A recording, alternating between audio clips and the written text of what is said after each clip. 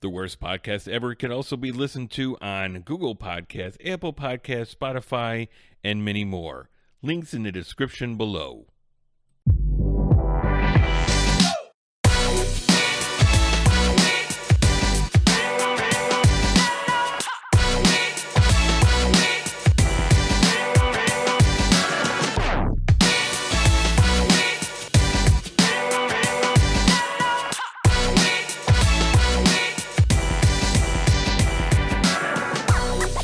Hey everybody, what is going on? Welcome back. It is the worst podcast ever. It is episode 35, and I, as always, am your host, Dan Brosman. Hey guys, what is going on? It is the day after the 4th of July. Man, I hope all of you guys had a great weekend, a great 4th of July weekend, a safe 4th of July weekend, because we all know, some of us like to go out there and, blow some stuff up. I'm not saying I do. I'm not saying that. I'm not saying it's okay for you to, depending on what state you are, if you're in the United States here. But yeah, we had a good one here. Hot, real hot, and it stormed right as my party was getting ready to start. And then luckily, storms went away, and it ended up being a pretty decent party. A lot of food, some drinks. For me, this was the one year where I actually didn't go overboard, partly because I went way overboard last year, and the next day was really rough. So I didn't want to have to, do that all over again. And plus, a party like this, there's a lot of cleanup afterwards. And, God, when you're in a less than desirable state, in your mind and physical body, that really makes it even worse. But I hope all you guys had a great time. It's been a little while here, so what are we going to talk about? Well, we got some things here we're going to go over. The first thing that I want to talk to you about, and it was something that I'm doing a lot of stuff with my hands right now. I don't know what that is. Anyway, the first thing that I want to talk about was something that I was going to talk about last time I left it out, but the announcement of the Mega Drive Mini 2. Now, if you remember, this is one of a bunch of minis over the years now that has been released, and I have not bought any of them. They're cool. I don't know, not my thing. Of course, the first one came out, the first mini system, which was the Nintendo Classic, and that thing was very hard to find, and the Super Nintendo one was very hard to find as well. But then Sega followed suit shortly thereafter, and if you remember when this originally was going to come out, the first Sega Genesis or Mega Drive, at Games had been attached to the project, and a lot of people were like, and if you don't know anything about At Games is kind of like a tale of two different beasts here, because you have the At Games like in the past that just kind of put out stuff that wasn't necessarily the greatest quality, very kind of cheap products, a lot of plug and play stuff. And then you have what they've become lately, which isn't like the creme de la creme. Let's not kid ourselves here. But what they have put out lately, a line of products, has actually been fairly okay. And we kind of talked about this in an earlier episode. I actually have the Legends pinball machine, which when I did my review of it, it was a little bit critical in some areas. People didn't like that. Everyone's got an opinion, evidently. Anyway, what ended up happening was, I don't know whether or not Sega decided on their own or because of what they had heard from the fans, but At Games didn't didn't make it. Their name was taken off of it, and somebody else made it. And now, for the life of me, I can't remember who did it. I'm still doing a lot with my hands. I don't know what's going on here. Anyway, so the first one was, for all intents and purposes, a pretty good success. I've never had my hands on it, but now they are going to do a second one. And with the second one going on here, and guys, I have to apologize. I have, if you hear the air conditioning kick on, I can't turn it off. Usually I turn it off, but it is so hot here right now, and my family's upstairs sleeping. I'm going to let it roll. So I don't know if it's coming through on this recording, so I apologize, guys. So anyway, so they announced the second one. Now, the second one has only been announced for release in Japan as of right now, and as far as I know. That might have changed. When I looked earlier today, I didn't see anything about it changing, but I've had these notes here for like 2 weeks now. But so they're calling it the Mega Drive 2. Of course, here in the United States, it would be the Genesis, and I'm relatively sure that I gotta think that they're gonna have a U.S. release over here of a Sega Genesis Mini. Why wouldn't you? I mean, you like money, right? So Sega's gonna have to, release it over here. And the thing of it right now is, and we're gonna go over some of the games that are gonna be on here because they haven't necessarily released everything that's on there, but you got to understand when we go over this list, it's going to be, with in mind that this is the Japanese release. So this line of games here, some of these games that I'm mentioning, if it does get a U.S. release, is not necessarily going to be the same games. But I think the ones on here that I'm going to read off, you can kind of tell the ones that are probably going to make it, on both systems that are going to be on the Japanese one and the American version. So let's take a look here. And like I said, these aren't all the games, but these are some of them that we know right now. We have Bonanza. We have Fantasy Zone, which I believe this version of Fantasy Zone only came out in Japan. So that might not make it over to the U.S. version. We have Magical Terra Tuo. I have no idea what that game is. I'm probably butchering that name. Shining in the Darkness, Thunder Force 4, Virtual Racing, Mansion of Hidden Souls, Afterburner 2, Splatterhouse 2, Ninja Warriors, Columns 3. I love how they always put columns on there. Not a big fan of any of the Columns games. Starblade, and one thing that we should note here is that this console is also going to include Sega CD games, and that is pretty cool. I really enjoy that.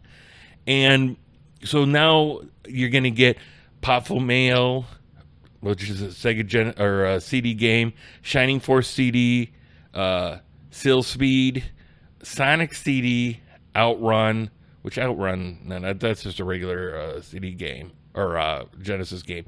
But those are the ones that I wrote down here. I think they announced some other ones here too, but there's going to be 50 games in total on here. And I got to be honest with you, other than the couple that I'm not really familiar with, that's a pretty solid group of games there right off the bat. Now, I understand, they put Columns 3 on there because, it's a puzzle game. They got to have their puzzle games on there, which, whatever. To me, and I know a lot of the systems, these mini systems do that, where they put the, they try to have a mix, and I get that. But at a certain point, too, it's like, if they're good games, just put good games on there. I think Columns 3 is just a in-house game, so they don't have to worry about licensing and stuff like that, and I get that. That's cool. But the Sega CD game is very, very appealing, at least for me. Not appealing, not like I'm gonna buy this. I'll be honest, if I ever buy any of these mini systems, it's just gonna be purely out of a collector's bug, because I have a lot of these games already. I have, and especially for emulation, I have a Raspberry Pi, as we all know, and I have all of these games on there. This is all emulation, obviously, and that's the only thing. When you look at these, for people like me, and maybe you, if you're a guy or a gal that has the games and the original system, and that's how you're used to playing it. A lot of times with the emulation, it throws you off, because we always talk about it, and I talk about it all the time when we get into emulation. But the lag is a thing for people like us, because I know when I play everything on my original games, and I play most of my old games on maybe an FPGA system or original, and all of that lag is like 0. So you get used to that. So you really do notice it most times when you go to a machine like this that's emulating. But if you are just a casual, maybe gamer, somebody that in the past had these games and now you want to play them, you're probably not going to notice. And I think that's what this is more for those kind of people, and for collectors. I think that this is something cool. I know a lot of people collect all of them. I don't think at this point, if I haven't started collecting these systems, I won't. And with people reporting on this now, because like I said, this isn't new news necessarily. This is like 2 or 3 weeks old at this point. But it's interesting now, because you start to hear the points being made. Hey, this is great that they're coming out with a second one, that it has Sega Cd Games on. But is this the way we really wanted to go? A lot of people were like, well, if you were going to do another mini system, why didn't you do a Saturn? Or the one I always hear is, why didn't you do a Dreamcast? And I think at this point, that's a pretty solid statement, because Sega Dreamcast emulation is plenty good enough to do one of these systems. So my question is, why haven't you? I don't know. I don't know why you wouldn't do that at this point. And maybe they do plan on doing it after this. But, to go back and do, you're already doing CD games on here. Okay? I think going forward, that's where you got to go. Now, if I were them, I don't know, would you do a mini Saturn and in a Dreamcast separate, or would you just put it all on the same little mini system? I'm sure you could do it. I know you can. I don't know. The only thing with the Saturn is, I don't know how much of a base of people are going to be clamoring for something like that for a Saturn. But the Dreamcast, you put out the Dreamcast and I will buy that, because that'll be awesome. A little mini Dreamcast. I love that. So, yeah, obviously a Dreamcast would be a little bit more, because now you got to have a little bit beefier of a system. You got to have, the extra memory, because those games aren't, but maybe you only have 30 games on there. Obviously you're going to do something like, the crazy taxi games, maybe, like the Virtual Fighter. What other games on? I don't know the Dreamcast that well, and I just have one. And I've just, I guess you put that Sonic game on there, but which is just okay at best. But look, there are plenty of games on there. Oh, Jedi Battle, Power Battles. I think that's what it was called, which is supposedly, well, I played it on the PS1 and the Dreamcast, and I like both of them. Anyway, so yeah, that's what I hear. they're coming out with it. I'm not sure when it's being released in Japan, but like I said, I mean, I gotta believe that that this is going to come. This is going to come to the United States. I'd be really shocked if it didn't. But what do you guys think? I mean, if this comes out in the United States, are you going to get it? If it doesn't, are you going to try and import it from Japan? Or do you just not care and these things just aren't for you? I don't know. Probably not for me. But it's still cool. Anytime they come out with stuff like this, it's always cool. Okay. I came across this a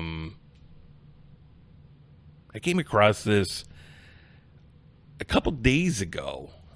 Just happened to be, I don't know where I seen it. I think it just came up on YouTube. Sometimes when I'm not even looking for something, something just pops up, and you would think that stuff wouldn't get to drop on me, at least something like this.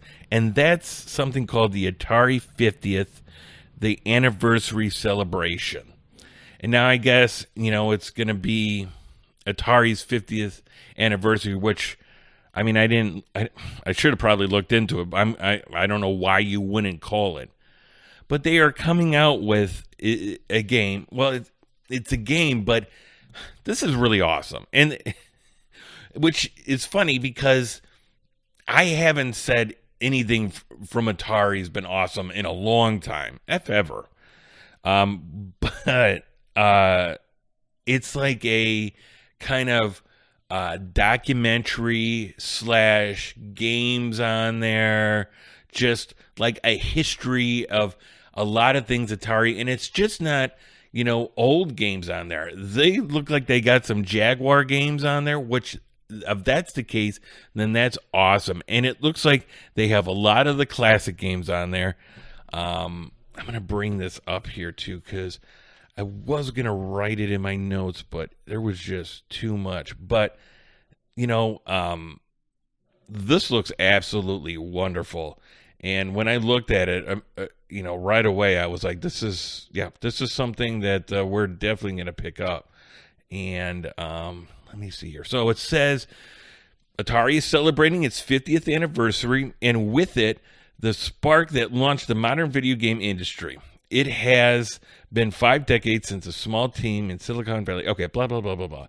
Yeah, and we already know that. So it says the Atari 50th anniversary celebration takes players on an interactive journey through 50 years of video games via interviews with designers, developers, and industry leaders, documentary footage, product design documents, high-resolution original artwork, and a specially curated list of more than 90 playable games. And if you guys really want to get a feel for this, they have a very nice trailer online on YouTube, and you just look up, Atari 50, and it'll come up. And this looks great. And of course, the first thing that they show is Howard Scott Warshaw on there, giving an interview, and amongst other people who, a lot of them I didn't really know who they are. But yes, this looks absolutely wonderful. And just in looking what some of the games that might be there, and it looks like they have like the original, and then some of them they look like they have a remake, kind of like a reimagining with updated graphics and stuff to play along with the original games. And 90 games, that's pretty good. Look, this thing hits the sweet spot for me. It hits so many sweet spots. Number one, it's coming out on the Switch, amongst other consoles, which is basically coming out on just about everything, including the Atari VCS, I might add. But this thing hits the sweet spot. It's coming out on the Nintendo Switch. It's retro games, and it's a documentary. And I am a huge watcher of documentaries, especially, my two best ones are World War to documentaries and video game documentaries. I love just the history, even if I know the history. And at this point, a lot of it I do, and it's just rehashing it. But I love all that little dirty details about what went on and how things happened, and just getting the people that were there and their experiences, and just getting a feel for what it must have been like. And maybe it's different for me because I remember back in those days, I was very young, and I was more of an Intellivision guy. But Atari, there was no getting around Atari. Atari was Atari, and I played my fair share of the 2600 back in the day. Not really too many of the consoles after that, even though I do have a 5200 over there. That doesn't really work. It's in rough shape. But even the Jaguar, because if they're going to have Jaguar games on here, that's going to be awesome. Now, I don't know, like, how awesome that is. I have very little experience with the Jaguar, but I do know enough to know that there's not a ton of great games that came out on there. But you know what? Who cares? I mean, this thing's going to be a win-win no matter what. Because for me, even if a lot of the games I don't like, I'm still getting that documentary part. It's going to be a little thing that's going to be great to have on my shelf. And I got to be honest with you, I probably pull this thing off and play the documentaries more than I play the games. I love stuff like this. But, you know, this comes out, let me see, this year, it comes out in November. I couldn't find an exact date, but November of this year, supposedly. Now, I did see some stuff that says it won't come out on Steam until the first quarter of next year, so which would be, you know, obviously 2023, but this is coming out on all the systems. Now that I think about it, I don't know if it's coming out on the PlayStation 4 and the Xbox One. I don't know, but I know all the current systems it is, and then it's also coming out on the PC. So a great piece of thing. And this, okay, I'm going to kind of dip my toe into this a little bit, but this is really at this point what you need. Because when I seen this in this trailer originally, I'm like, this is kind of what Intellivision should have done, you know, instead of inventing the wheel. And this is probably what Atari should have done instead of investing all that stuff in the VCS. I mean, because at this point, you might as well just go software, right? It just makes more sense. I mean, now, look, hindsight's 2020, obviously, because, you know, with what the VCS became, or rather didn't become, and what the Intellivision Amico hasn't become, you know, and I promised I wasn't going to say anything more about that, but I mean, you know, I mean, I'm just mentioning it because when I look at this and I look at, like, you know, they had it looks like they're going to have the original games, like the 2600 games, and then maybe a version where they updated it a little bit. It just kind of reminds me of a lot of what they were going to do on the Amico. But, you know, now we get it on a little disc or a little, you know, flash card or whatever you want to call the cards that you get for the Switch. And this is just wonderful. And this is like the small doses, the very small doses chef's kiss. Now, you know, I haven't played this yet, so who knows? It may be a mitigated disaster, but I doubt it. And I'm really looking forward to seeing what games they have on there as far as, like, how they play and everything else. And they did name some games on there, but, you know, they didn't name a lot. They didn't have, like, necessarily a huge list on there. So, and, you know, it was all the ones that you normally see, like Combat and I can't think of what else. That's all I remember. Notes, Daniel. You need notes. But anyway, well, actually, no, I got him right here. You know, You got Sword Quest, Air World. I don't know what that's from. See, some of this I'm just out of my element here. Something called Haunted House. You got Neo Breakout, because they're gonna. It guess. Oh, no, it is coming out on the Xbox One and the PS4. So there you go. It's right here in front of me. Maybe if I would just take a look. So you got the Atari VCS, Switch, Xbox One, PlayStation 4, 5. I'm guessing the Series X too, right? It's not listed on here, but I gotta believe. And stream. Okay, yeah, nice.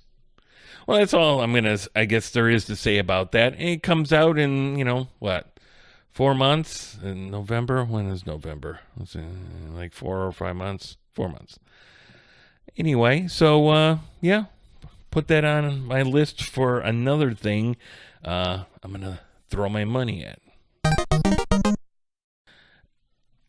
I am a sucker for side scrollers, and I think we all know that by now. I'm just, 3D. I love 3D games, but I don't know. I know at some point my mind stopped developing as a gamer, and it was like, nope, that's just what you're going to be good at. You're just going to be good at side scrollers. And when I say good, I mean that's what you're going to be the best at. Not necessarily good at playing them, but you're going to be like the best gamer you can be with those type of games. And I noticed something that Bandai Namco announced that they're coming out with the Pac-Man World remake coming out in August, on August 26th. Now, this game originally came out on the PS1, and I never played it, as far as I know, and I don't have it in my collection. So I had to go back, and I had to be like, have I played this game? Because I have, like Pac-Land games and stuff like that, but nothing like this. And this looks really good. And I it's a side scroller game, but it kind of, it's a side scroller. But when you started getting into like the PS1 and like, the Nintendo 64, and I can't think offhand what generation they call that, but, the side scroller games kind of took very much a backseat because 3D was really what everybody was trying to push for. And it was the next level. 3D graphics. And so I had to go back and see some reviews on the original one because I'm like, is this something that I should be excited for? Because the new one looks good. And I'm like, well, why would they remake a bad game? And from all things that I can see is that this game was a pretty decent game. It was kind of like one of those pseudo 2D platformers, but kind of with those 3D areas. And everybody said if they had one gripe with it, it was the controllers. The controls were a little difficult to get used to because it was hard to know where Pac-Man was on there. Now, mind you, most people were probably playing this game on the PlayStation 1 with just a D-pad. So I'm really interested to see this, obviously with the updated graphics and everything, but also now, to be able to play it with controllers that have analog sticks on here. And this is going to be on all the systems as well. So, and I already know that. I already looked that up. But I think that I'm really curious to see if now by playing it not just on a D-pad but with the analog sticks, if that's going to help the controls on this be better. I don't know, but I'm really interested. I mean, I don't know too many people that get excited over the Pac-Man games, and to be honest with you, outside the original arcade game and maybe Pac-Mania. Okay, and then there was the Pac-Man Championship Edition that was on all the systems like 4 or 5 years ago, and that's really good. So I guess, yeah, there has been some good Pac-Man games out there, but a lot of them kind of don't stray too far from what the original arcade game was. At least that format. if you know what I mean. I mean, actually playing him as a character walking around. Yeah, I mean, a very mixed bag and not necessarily of good stuff. And if those of you out there that have hit up a lot of the Pac-Man games over the years, you know what I'm saying. I mean, I don't go into too many Pac-Man games expecting too much. At least the ones that, came out after the 80s. And the funny thing is here, when I was looking this up, is that this isn't the first time this game's been remade, kind of. It was also remade the original one, the PS1 came out in 1999, but then they remade it in 2004 for the Game Boy Advance. And I don't know, I didn't look to see how that was, but that might actually be something that I'm interested in picking up for my Game Boy. Actually, I'm going to have to write that down on a list for when I go to Mo Game Con. But, yeah, I guess there's not really too much left to say about that, other than the fact that, yeah, it's definitely going to be something I'm looking to pick up. I'm guessing this is going to be around the $35 price point because, I mean, I couldn't imagine them trying to push this out, in anything around 60, but because, I got to think it's going to be one of those games right in there. And that's a sweet spot for me, about $30, $35. So, yeah. All right, guys. So, we got some shows I want to talk about. I want to talk about Obi Wan Kenobi. Now, the last we heard from me about Obi Wan Kenobi, I was liking it. And I want to say we were 3 episodes in the last episode we did here. So, yeah, about 3 weeks ago. And part of the reason why I pushed back to this episode is I knew I was going to talk about Obi-Wan, and I kind of wanted to wait, because sometimes when you get done watching something and you have an opinion right away, or for that matter, playing a game, sometimes, what you think of it after it's kind of settled in for a while may change, or you might have a different perspective. Not really the case with me. When the series was over, I still have the same thoughts. So, I was positive last time. So where am I at now that it's over? Do I think it was a good show? No, not necessarily no. Do I think it was a horrible show? No. Do I think it was okay? Yeah, it was very much just okay. Now, I will say, let me just, before everybody gets all, because I understand that there are a great many fans of Star Wars that get upset and do nothing but complain and complain and complain. And while I will admit there, hey, a lot of times these people just seem like they're complaining to complain, and I'm sure a lot of them are. Trust me, I've run into them. At this point, Disney does not give us a shortage of things to complain about, and it really makes me sad. But so let's get back to Obi-Wan, because I want to have a bigger conversation, and I know people are just like, God, here we go again. Here he's going to talk about Star Wars and what problems that he has with Star Wars. Yes, I am. But let's start with Obi-Wan Kenobi. Because I have the mic and you will all listen. So,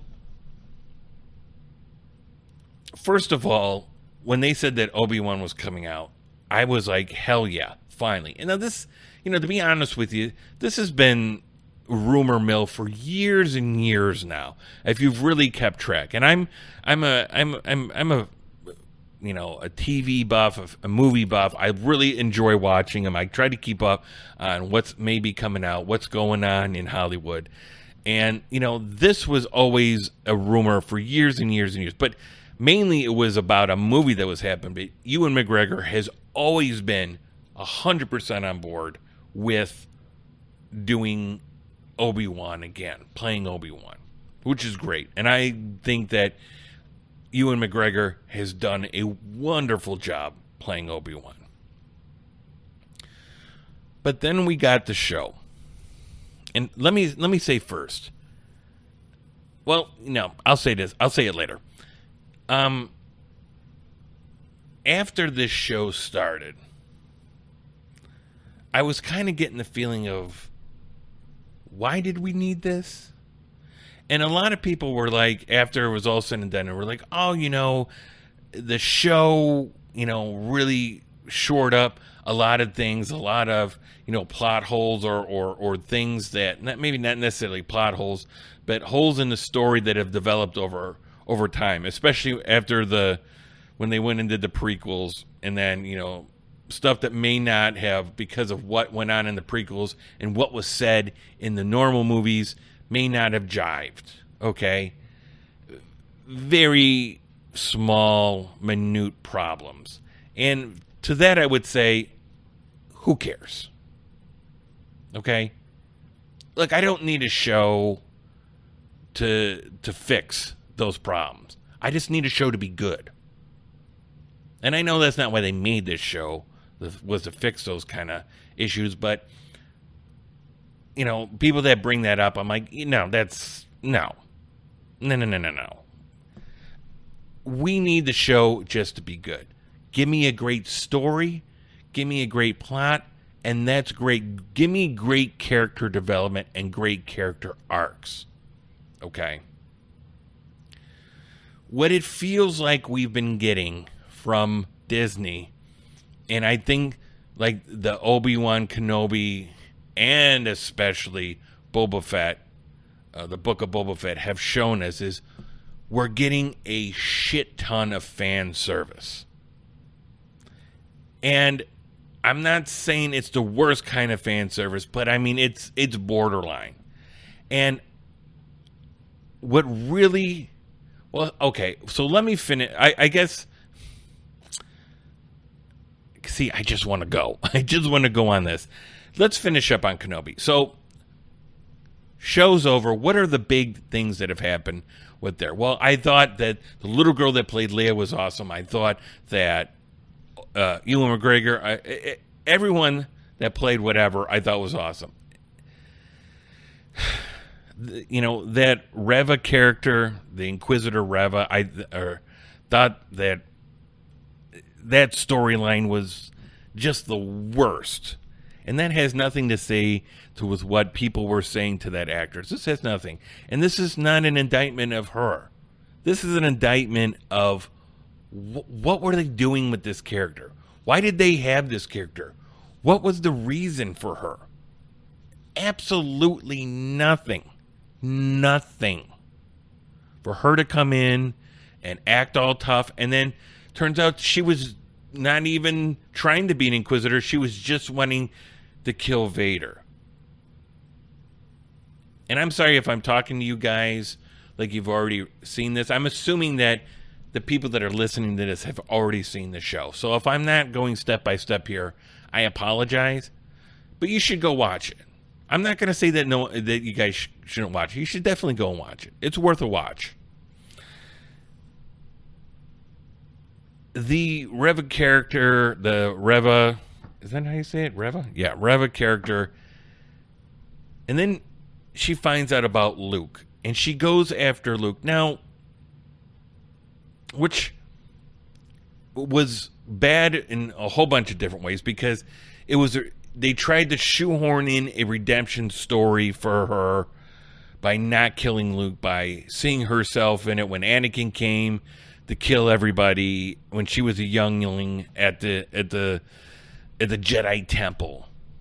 And I was like, who cares? She wasn't going to kill Luke. Why? Because of the original movies. It was, and it just felt like, why are they doing this? I don't know why they're doing this. Why would I care about this character? I don't know. They gave me absolutely zero reason why I should care about this character. And she was one of the younglings that Anakin tried to kill in during Order 66. Okay.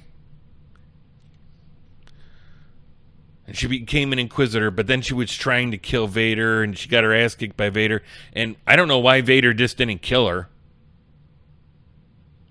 Stabbed her through the gut. But she lived. Oh, by the way, the Grand Inquisitor, the one that Reva stuck a lightsaber through, he lived too. So I'm like, maybe we need to be using something other than lightsabers here, because they're just not getting the job done.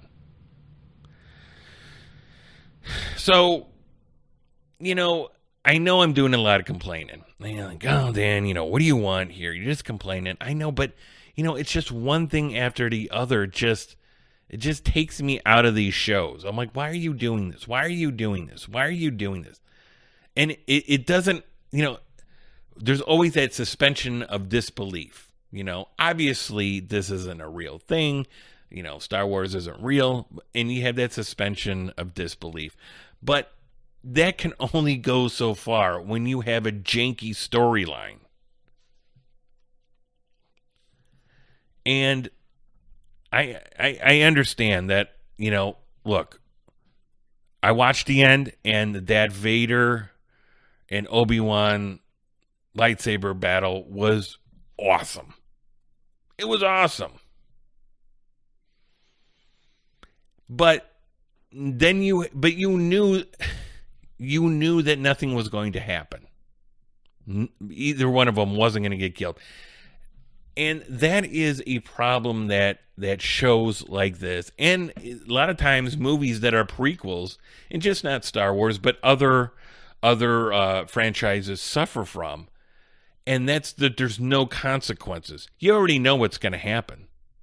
All of the people in this show, you pretty much, the main players, you knew what was going to happen.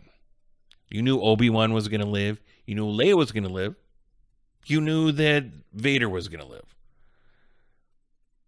And you probably, we know that the Grand Inquisitor was going to live, because he shows up later on, where we seen him the first time in Star Wars Rebels, that animated series, which was fantastic. Another thing that Disney has done actually right. Surprisingly enough, their greatest, to me, successes as far as Star Wars has gone has been in their animation department with all those shows. So it kind of takes away when I watch a show like this, because I'm just like, well, I already know what's going to happen. I already know what's going to happen. Well, rather, I already know that these people are going to be okay. I know who makes it. And the people that don't, or that I don't know about, I don't care. Like Reva, I don't care what happens to her. I cared absolutely zero. I felt a little sad that we know Bail Organa, he's going to die. That whole planet, him and her mother, gets destroyed in A New Hope. That's sad, but yeah. So I hate to hate on this, but, God. And why does Obi-Wan keep letting Vader live? Can anybody explain this to me? Why did he walk away again? He had him beat. Guess what? It's time to kill him. You're just going to let him live and keep looking for you, or keep killing people? I don't know. Why would you do that? There was a whole bunch of stuff. I knew that he was going to walk away. And that he wasn't going to kill him. So at that point, why aren't you writing something to where it made it impossible for Obi-Wan, physically impossible for him to finish Vader off, instead of just see you around? I'm like, what are you talking about? Look, him on the edge of the lava flow, and him leaving him because he's still distraught that everything that has happened. This is his friend, his Padawan. I kind of get that. I mean, it's not going to be easy to kill somebody. And he thought maybe he was already dead until the Emperor showed up and saved him. But to have him walk away for a second time was just absolutely stupid. And let's talk about like Vader in this, because I thought they made Vader look very weak as far as what kind of person he was. I'm not talking about his powers, but like the decisions he made, and the more they do stuff like this, they just make him look weaker and dumb when they're chasing the underground rebels. And Obi-Wan's like, well, I'm going to flee off on this drop ship and he'll come after me instead. Why wouldn't Vader just take a shuttle and go after him? Why does he have to take break off the attack of the soon-to-be rebels just to go after him? He only need one ship. Keep the Star Destroyer going after the rebels. It just seemed like a very stupid thing to do. And even the Grand Inquisitor said something. They even wrote it in there. And he was like, no, he's just not a Jedi. Or something like that. And I'm like, that's dumb. Why would you say that? Why would you do that? The Vader that we all knew in the original ones had ice in his veins. And that's what made him so scary. He's more machine now than man. Twisted and evil. So what the fuck are you doing, Disney? I don't know.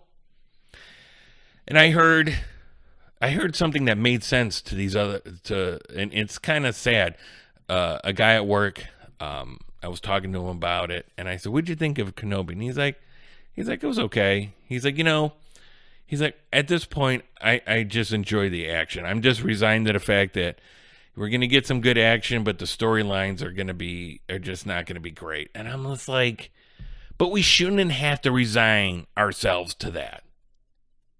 We should expect this, and I know it's easy for me to say because I'm not the ones making this. But, guys, you're making obvious choices here that are mistakes that make these shows not make sense. Why would you do that? I don't understand.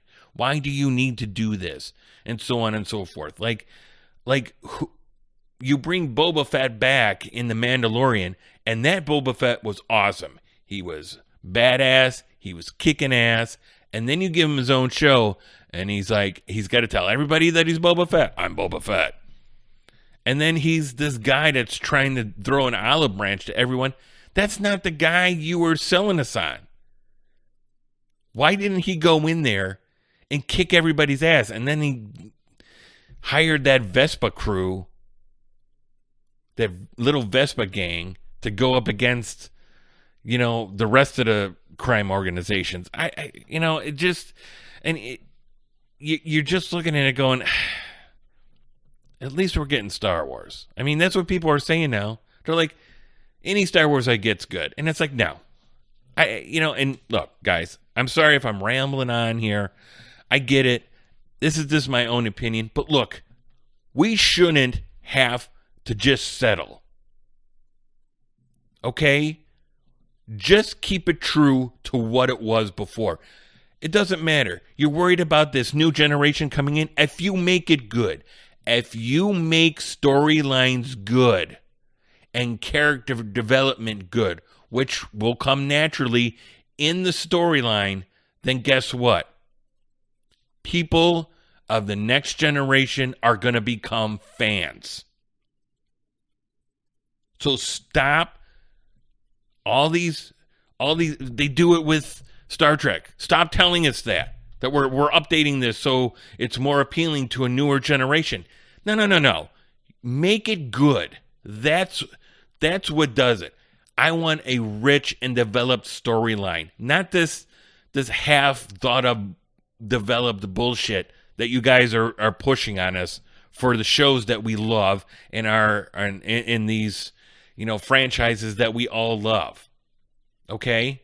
Yes, I love the lightsaber battle, but I'm not in a show just to watch clips of it. I just don't want to be like, well, you know, it had some good action in it. Who gives a shit? Give me a good storyline. So, in conclusion, I'm sorry, guys. I'm sorry. I probably should have, I probably shouldn't have let this go for so long. I shouldn't probably thought about it anymore because it just irks me even more the longer time goes on. And, you know, it's not that big of a deal. It's first world problems, obviously. But yeah, guys, you know, if you guys are loving it, hey, I'm glad for you. But yeah, this homeboy right here, he ain't loving it. Well, real quick before we wrap this up, and this is going to be a positive thing here. Well, not the part where I wrap it up, or maybe it will be for some people. Two other things. The new season of The Boys, and I've talked about The Boys before, and I don't know if I've talked about this season yet. And Stranger Things, by the way, so good. Could have, the last episode, they could have wrapped it up at the end there a little bit shorter, but there was a lot to wrap up. But I want to talk about The Boys, and I really want to talk about Miss Marvel a little bit. The Boys, God, if you guys have not started watching this, there's so many people out there when I'm like, hey, have you watched The Boys yet? And they're just like, no, you know, God, get on it. Not for the kids. I can't stress enough. Superheroes, not for the kids. And, you know, I'm not going to say too much on this because I've gushed over this show before. But season 4. This is season 3. Season 3 of The Boys has just been absolutely fantastic.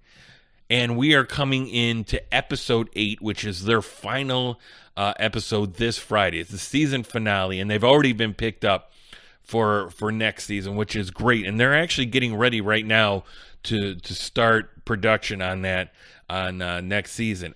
I got to tell you guys, and I'm really not going to talk about what's gone on in this season with that because I want to wait until Friday when it's all over and done with, and then we'll dive into it in our next episode, in episode 36, a Star Wars free episode. Their best season so far, and I am loving it. It is they just turned it up to 11 on this bad boy as far as the lewdness. And look, let me not the last episode, but the episode before that was called Herogasm. And, you know, I'm sorry if you guys haven't seen this yet, but this whole episode was not the whole episode, but in this episode, there was something known as Herogasm, where I think was it once a year, a lot of the soups get together and just have a huge orgy. Now, if you have watched anything of The Boys, then you kind of know that they're not going halfway on this. Now, obviously, you can only go so far because it is still a show. You know, you don't want to go full out porn here. It comes pretty close. Let me just say, this season of The Boys has seen more dildo action, you know, not just for pleasure, but also for killing, than any other show I've ever seen. Actually, I don't know that I've ever seen a show where dildos were used as a lethal weapon. I love the Boys season 3. So, look, if you haven't seen season 3 yet, what I just told you should be more than enough to light that fire. And guys, get on that, okay? Season 3 of The Boys. Now, let's switch over. Actually, I should have thought how I was going to layer this, because now we're going from The Boys to Miss Marvel, which is totally on the other spectrum. Both superhero movies, but, vastly different ends of the spectrum. Miss Marvel is on Disney Plus for those of you that are not in the know and haven't been watching. And it is obviously in the Marvel franchise, a little Pakistani girl that lives here in the United States who is I think first generation Pakistan over here, which I love that ethnic angle on this. It's just really interesting, and I love that. And this girl is a very big Captain Marvel fan, and she gets this gauntlet from her grandmother that sends it over from Pakistan. And when she puts it on, it starts channeling magic powers, and she becomes literally a superhero. Now I don't know how many episodes there's gonna be, but we're about 4 or 5 episodes in. And if you haven't seen this show, this is a absolutely charming show. I look forward to watching it every week. It comes out on Wednesdays, and in fact, tonight I believe it's going to drop at, well, I don't know if it drops at midnight, but it drops on Wednesday, and this is Tuesday. So it's just a darling of a show. I just love this. I love the innocence of the girl who plays Miss Marvel. I love her family. This whole look into the Middle Eastern, it kind of gives you a little bit of a history lesson between like what happened with India and Pakistan in the apartheid, and which, I didn't know anything about. I mean, I had heard, that kind of stuff mentioned before, but I never really knew or really looked into it. And it's very interesting look into that. And it's definitely, I would say, out of a lot of the stuff that Marvel's put out, especially on Disney Plus, it's one of the most different, I would say, and just all around great. It's a great watch. It's great watch with your kids, especially if you have small kids. And that's all I'm going to say. I don't want to give away too much. If you haven't seen it yet, I just wanted to give kind of my impression of where we're at here. Now, I don't know how many episodes they're doing, so I probably won't come back to it until they're done, and then we'll talk about, what I thought of it, and we're going to give spoilers. And that'll be the same, too, with The Boys. And I actually might do a separate video for The Boys just with a season wrap up on my YouTube channel. So, but anyway, guys, I think that's where we're gonna leave it off. I kind of rambled a lot more than I wanted to about Star Wars and Kenobi, so I apologize, guys. I just get very passionate about my Star Wars, and it keeps feeling like, why can't this be good? I know a lot of people are like, it's good. It's really not, guys. I feel like there's two camps right now. There's the people that are just not happy with what's going on, and there's the people that aren't happy with it, but are just dealing with it and just, resign themselves to the fact of like, it is what it is, and at least we're getting Star Wars. And I've really tried, guys. I can't be that. I'm just not that person. So, but I will say, for the benefit of all of our listeners, all of my listeners out there, that I will try to keep my bitching about Star Wars down to a minimum. Now, I'm not going to say that I'm never going to complain about Star Wars. I won't do that, because look, I already know that if I said that I'm not going to be able to keep that promise to you. And I respect my listeners. I don't want to lie to you guys. I want to set the bar high of where I hold true to what I say. What is this guy talking about? All right, guys. Well, that's it for today. Thank you guys all for tuning in. I hope you guys are all having a wonderful day. I hope you guys have a wonderful rest of the week. And until next time, good night and goodbye.